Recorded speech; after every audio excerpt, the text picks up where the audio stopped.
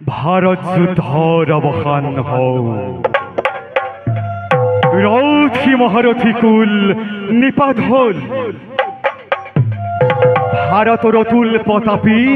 মহারাজ দুর্যোধন হাতবিহীন সেনা শক্তিহীন হল অথচ এই শকুনিক কোনো উন্মাদগ্ৰস্ত অৱস্থাত ৰঙা চকু দেখাব কাৰো সাহস কৰা নাই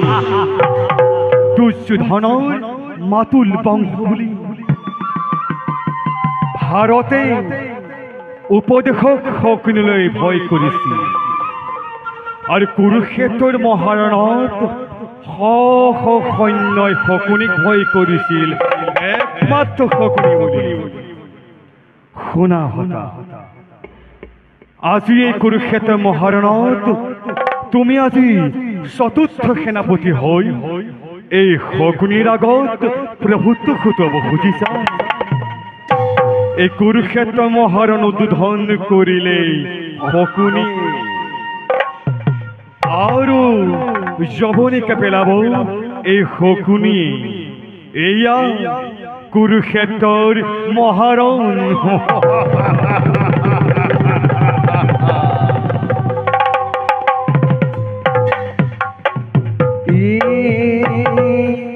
মিলিলা সমৰ পুৰু পাণ্ডৱৰ মিলিলা সমৰ পুৰু পাণ্ডৱৰ কাৰো ভয় নাহি শুদ্ধ কুৰুক্ষেত্ৰ কাৰো ভয় নাহি যুদ্ধ কুৰুক্ষেত্ৰ ন্যায়মতে যুদ্ধ ভীষ্মৰ আদেশ নামানি কুৰুজনে কৰে মহাৰণ ন্যায়মতে যুদ্ধ ভীষ্মৰ আদেশ নামানি কুৰুজনে কৰে মহাৰণ কৌৰৱনে পাছে কৃষ্ণৰ সহিতে মিলিলা সমৰ কুৰু পাণ্ডৱৰ কৌৰৱ গণতে মাথো সৰথে কাৰো ভয় নাহি যুদ্ধ কুৰুক্ষেত্ৰ পিতৃবাক্য পালি পতি সুধ তুলি পতি সুধ লব সভাতি অধৰ ন্যায়মতে যুদ্ধ ভীষ্মৰ আদেশ নামানি কুৰুজনে কৰে মহাৰণ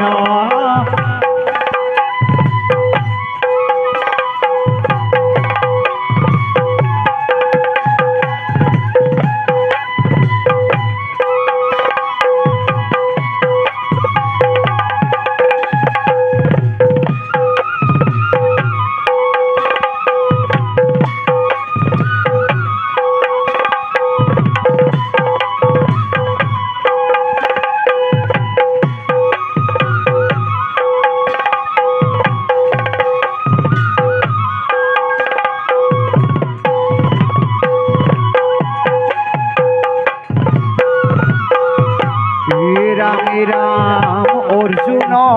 সাৰথি প্ৰভু নাৰায়ণ মিলিলা সমৰ কুৰু পাণ্ডৱৰ বেহুৰ সজাইলা ভিতৰতে অভিনয় কাৰো ভয় নাহি যুদ্ধ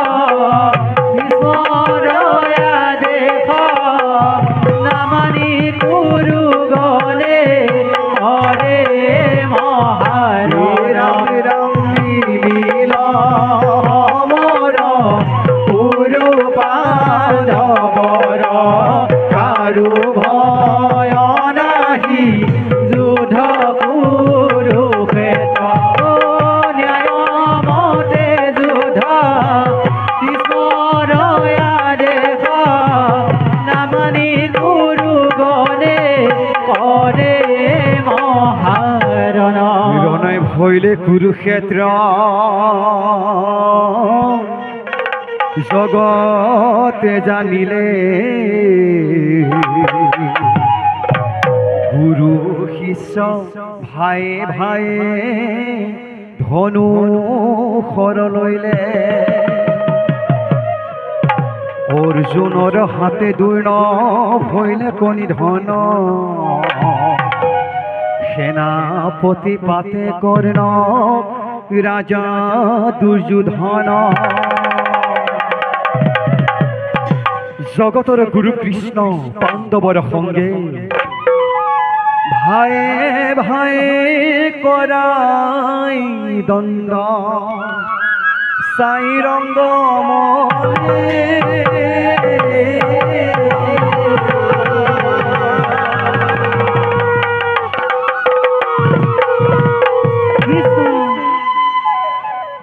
লাগিলে কমহাৰণ কৌৰৱ পাণ্ডৱ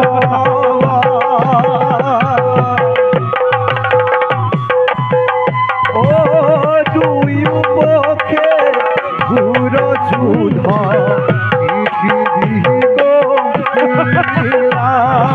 লাগিলে কমহাৰণ কৌৰৱ পাণ্ডৱ দুয়ো পক্ষে বীৰ যোদ্ধা পৃথিৱী গম্ভীৰা যথা ধৰ্ম তথা জয় কহে নাৰায়ণে অৰ্জুনক হব জানে নাৰায়ণে লাগিলে কমহাৰণ কৌৰৱ পাণ্ডৱ দুয়ো পক্ষে বীৰ যোদ্ধা পৃথিৱী গম্ভীৰা হে ৰাম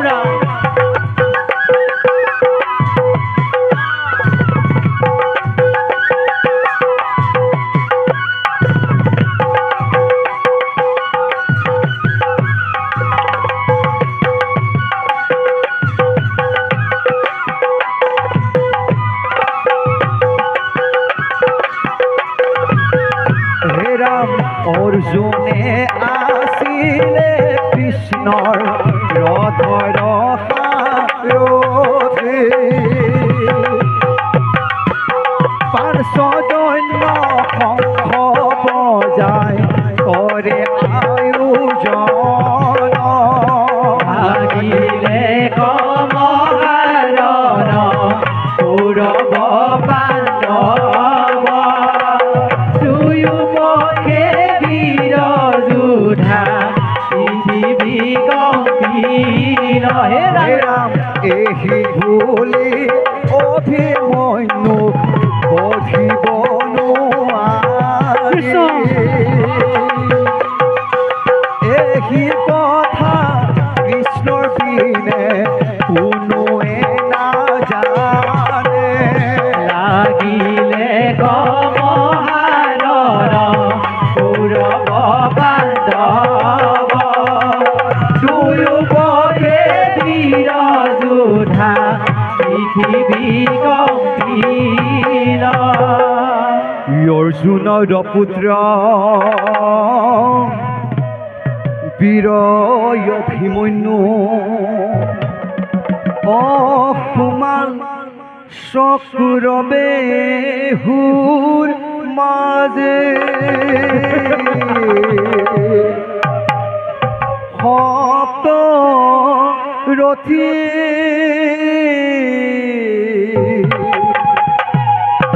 হতৰ কিতে আহি চতুৰ্দিশে বেৰি ধৰে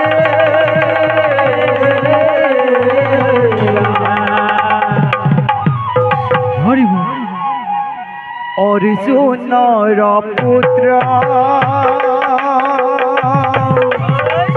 অৰ্জুনৰ পুত্ৰ বীৰ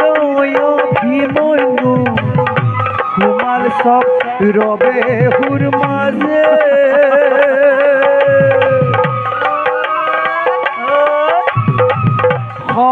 হতৰথিয়ে কতৰ গীতে আহি হতৰথিয়ে কতৰ গীতে আহি চতুৰ্দি কেবেৰি ধৰে অৰ্জুনৰ পুত্ৰ বিজয় অভিমন্যু তোমাৰ চক্ৰবে ঘূৰ মাজে সপ্তৰথীয়ে সতৰ গীতে আহি চতুৰ্দিশে হতকীতে আহি চতুৰ্দিশে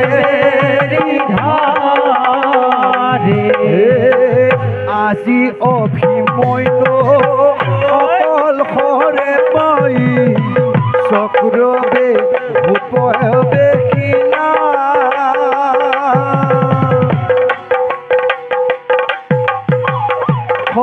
সপ্তৰথীগণে অকল হৰে পালে সপ্তৰথীগণে অকল হৰে মনে অভিমন্যু আগুৰি ধৰে অৰ্জুনৰ পুত্ৰ বিজয় অভিমন্যু তোমাৰ চক্ৰবে ঘূৰ মাজে সপ্তৰথীয়ে সতৰ গীতে আহি সপ্তৰথীয়ে সতৰ গীতে আহি চতুৰ্দিশে বেৰি ধৰে এয়া কুৰুক্ষেত্ৰৰ মহাৰণত সপ্তৰথী অভিমন্যুক অকলশৰে বেহি মাৰে আৰু আনকালে বেহুৰ ভিতৰে এদিনৰ কাৰণে পৰাজয় কৰিবলৈ এদিনৰ কাৰণে পৰাজয় কৰিব আজি জয়দত্ত বেহুদাই ৰখীয়া হৈ আছে সোমাবলৈ নিদিয়ে ভীম এদিনৰ কাৰণে ভীমক চিনিবলৈ বৰ লৈ থৈছিলে শিৱ বৰ লৈ থৈছিলে শিৱৰ এয়া কুৰুক্ষেত্ৰ মহাৰণত অভিমন্যু বধৰ এয়া আৰম্ভ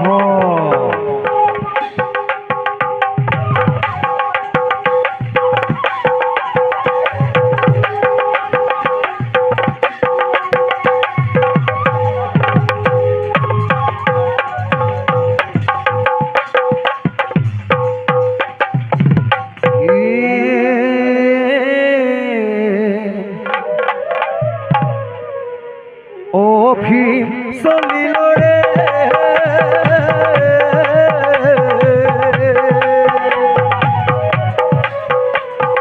ওৰে বেহুৰৰ পাকে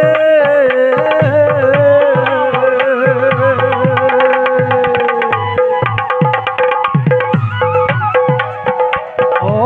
শিৱৰ বৰি পাই জয়দত্ত তাতে নাই শিৱৰে বৰি পাই তাতে নাই দাদাই ভীমকে দিছাই ভীম চলিল ৰে ও ভীম চলিল ৰে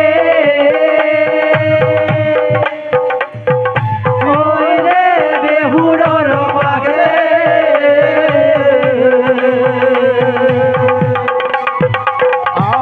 শিৱৰ বৰ পাই জয়দত্ত তাতে নাই শিৱৰ বৰ পাই জয়দত্ত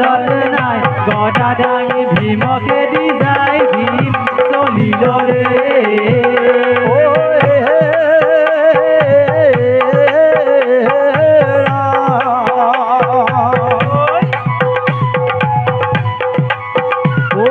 বেহুৰ মাজে অভিমন্যু কান্দিয়া ৰহিলা আশা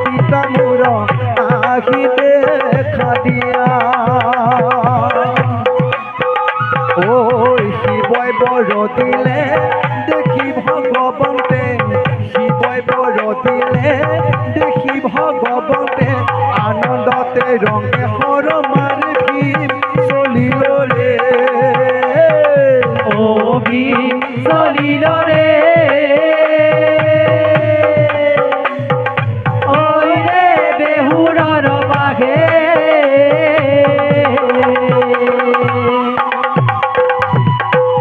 শিৱৰ বৰ পাই যথত নাই শিৱৰ বৰ পাই যথত নাই গদা দাঙি ভীমকে দি যায় ভীম চলিল ৰে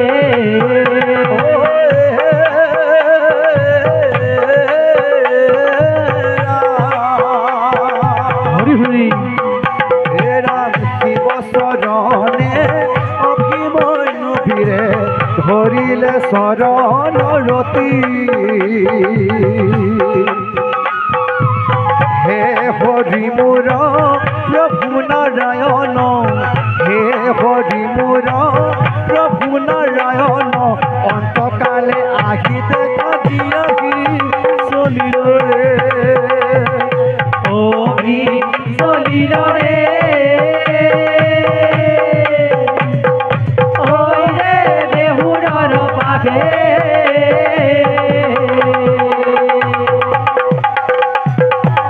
শিৱৰ বৰ পাই যথত নাই শিৱৰ বৰ পাই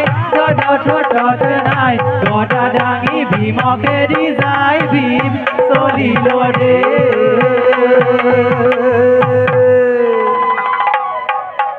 দেহুৰ ভিতৰে কান্দে অভিমন্যু আজি মুখ ৰাখো টানা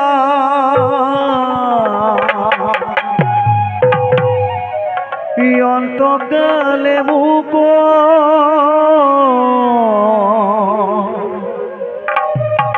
দিয়া দৰিখন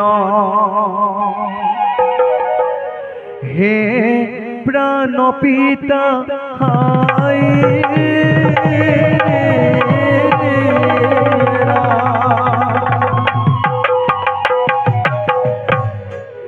বেহুৰ ভিতৰে কান্দে বেহুৰ ভিতৰে কান্দে অভিমন্যু বীৰে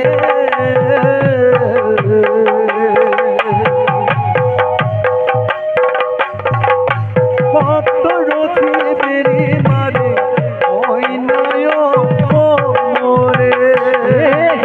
বেহুৰ ভিতৰে গানে অভিমন্যু বীৰে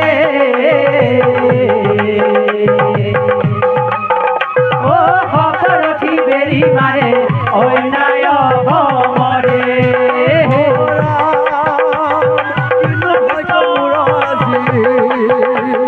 কিন্তু ভাগ্য মোৰ আজি বেহুৰৰ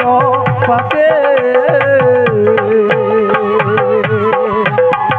মৃত্যুকালে দৰ্শন নহিছে আমাৰে বেহুৰ ভিতৰে গানে অভিমন্যু বীৰে ও ভক্তৰথি বেৰি মাৰে অন্যায় মৰে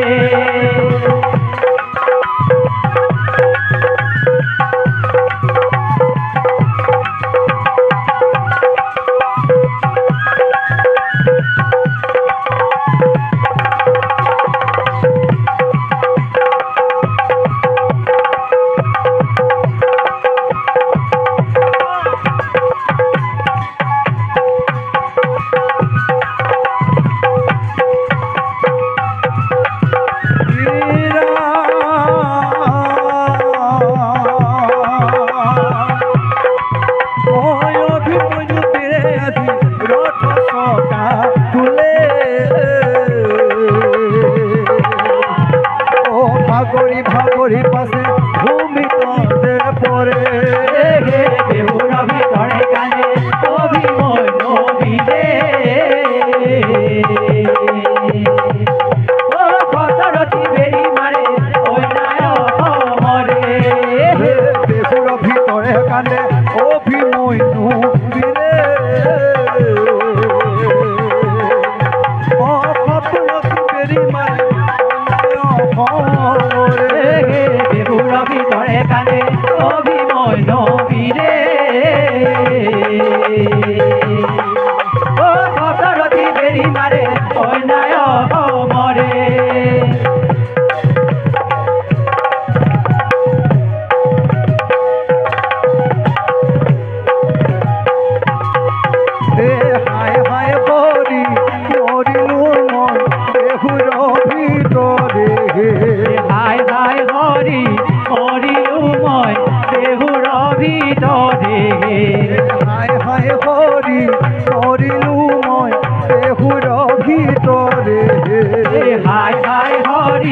মৰিলো মই বেহুৰ ভিতৰে